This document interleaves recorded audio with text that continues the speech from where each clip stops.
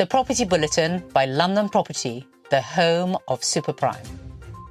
Over the past 10 years, the UK has seen a significant rise in right-to-manage companies, as leaseholders increasingly seek control over the management of their buildings.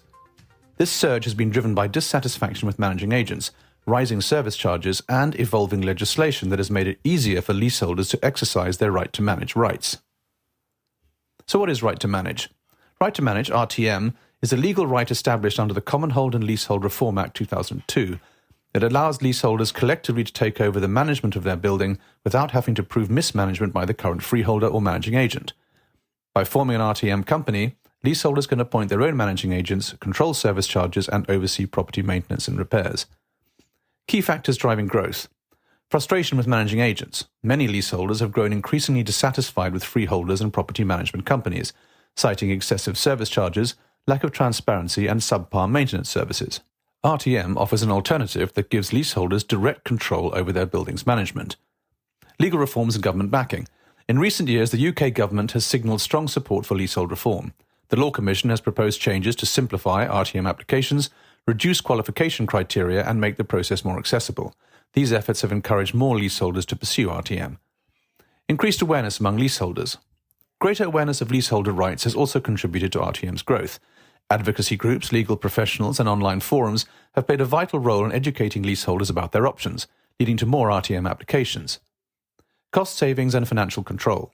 RTM companies give leaseholders direct control over contracts, insurance, and maintenance costs, eliminating unnecessary expenses imposed by third-party management firms. This financial transparency often results in better value for money and improved long-term property upkeep. The number of RTM companies formed annually has steadily increased over the past decade, with notable surges in recent years. The trend reflects heightened awareness, continued dissatisfaction with traditional management structures, and ongoing leasehold reforms. Despite their growing popularity, RTM companies face several hurdles.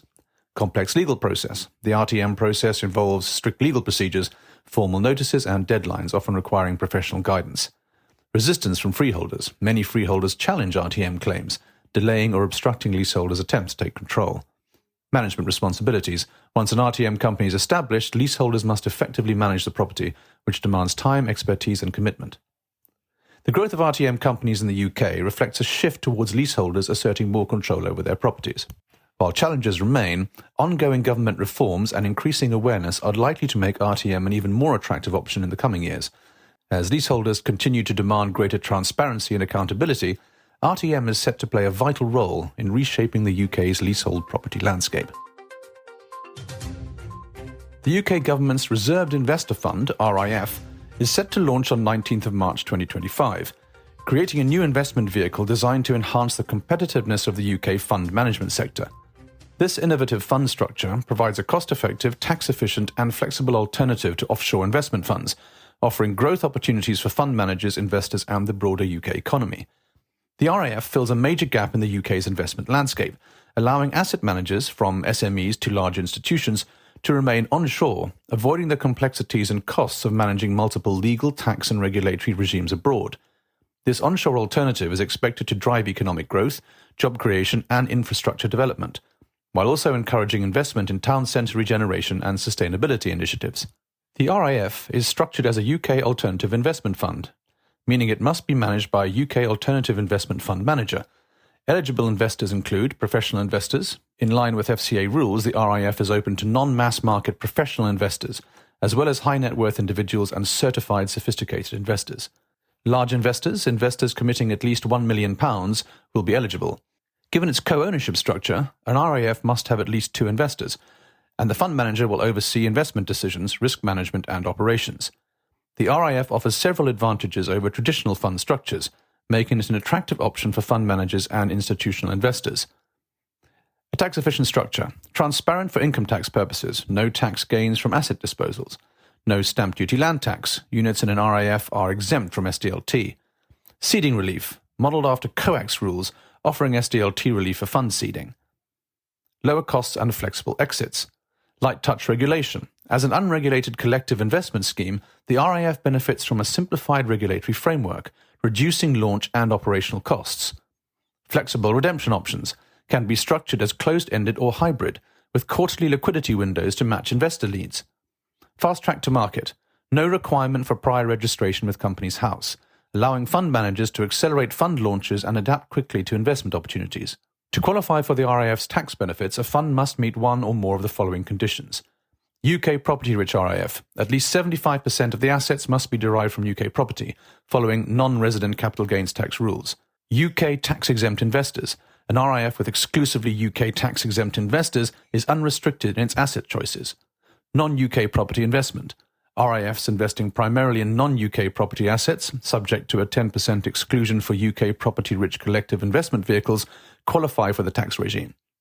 Additionally, RIFs must meet diversity of ownership conditions to prevent close-ended structures from being dominated by a small number of investors. The RIF is a major milestone for UK fund managers, offering a competitive, tax-efficient and regulated investment framework that can attract both domestic and international capital. With several fund managers already planning RIF launches, others are encouraged to explore the benefits of this structure. Institutional investors, including UK local authority pension schemes, will find the RIF a compelling vehicle due to its low total expense ratios and alignment with long-term investment strategies. As the UK government prioritises investment, economic stability and regulatory reform, the RIF is set to play a crucial role in unlocking new capital flows and driving future growth. According to Rightmove, its revenue could grow by up to a tenth this year, as rate cuts feed through to lower mortgage rates, leading more would-be homebuyers to its website. The company reported supportive property market trends in the early months of this year, while revenue is expected to be between 8 and 10% higher than 2024. It pointed to the Bank of England's decision to cut the base interest rate to 4.5% in February, the lowest level since June 2023, which is beginning to feed through to lower lending rates for home movers and industry participants. Meanwhile, sales in the resale market edged ahead of 2019 levels in August last year and remain there. Rightmove is the UK's largest property sales and lettings portal, with users totting up more than 5 billion views of properties last year, equivalent to 9,400 views per minute. The company also pointed to more revenue this year coming from its Optimizer Edge product, designed to help estate agents get more views on their properties, as well as another 1% growth in members. Reporting its financial results on Friday, Rightmove said revenue rose 7% last year, while forecasting a sharp uptick next year. The company does not charge house hunters using it to find properties, rather estate agents and builders who want to advertise houses to those would-be buyers. Average revenue per advertiser, a closely watched indicator for Rightmove, rose 6%, while it saw membership rise 1%. The year was not without its challenges for bosses, however, who had to repeatedly reject takeover offers from the Rupert Murdoch-backed real estate company REA Group. REA Group eventually abandoned its attempts to buy Rightmove after the fourth attempt, after Rightmove's board rejected a £6.2 billion proposal. And Rightmove's results came after another poor year for the UK housing market, with buyers hampered by high mortgage rates. Nonetheless, Chief Executive Johan Svanstrom said the results showed the resilience of our business model through property market cycles. Separately, Nationwide said on Friday that the average UK house price has increased month on month for the sixth month in a row. Anthony Codling, an analyst at finance firm RBC Capital Markets, said Rightmove seemed to deliver profit whatever the weather or state of the housing market. This is likely to continue in our view as long as the UK remains fascinated by property, he added. The UK buy-to-let market is currently one of the most dynamic and evolving sectors, according to Together's Chief Commercial Officer Ryan Etchells. Speaking at the specialist lending event, Etchells emphasised the importance of landlords in maintaining a strong private rental sector, despite increasing government pressures. Key trends in the buy-to-let market resilience and growth. After a significant contraction in 2023, the buy-to-let market saw a resurgence in 2024, with purchase activity up 13% and remortgaging up 7%. While challenges remain, modest growth is expected in the sector. Landlord exodus and new entrants. Many landlords are accelerating exit plans due to tax hikes and increased regulation, leading to 4 to 5 times more exits than usual in 2023. Incorporation is growing. 60,000 landlords entered the market through limited companies, but this still accounts for only 7% of UK landlords. The English Private Landlord Survey found that 31% of landlords plan to downsize or sell by 2026, up from 16% in 2018. The landlord awareness gap. Many landlords lack understanding of regulatory changes, including the Private Rented Property Portal, the Private Rented Sector Ombudsman, and selective licensing regulations. Lenders and brokers are urged to educate landlords on tax efficiencies and new regulations. Etchells called for greater industry support, emphasising that vilifying landlords must stop. Instead, the focus should be on helping them navigate policy shifts while ensuring the BTL sector remains viable and sustainable. With demand for rental properties still high, how the market adapts will be key to its future stability. Subscribe to our newsletter to receive our weekly bulletins and stay ahead of what's shaping the superprime property market.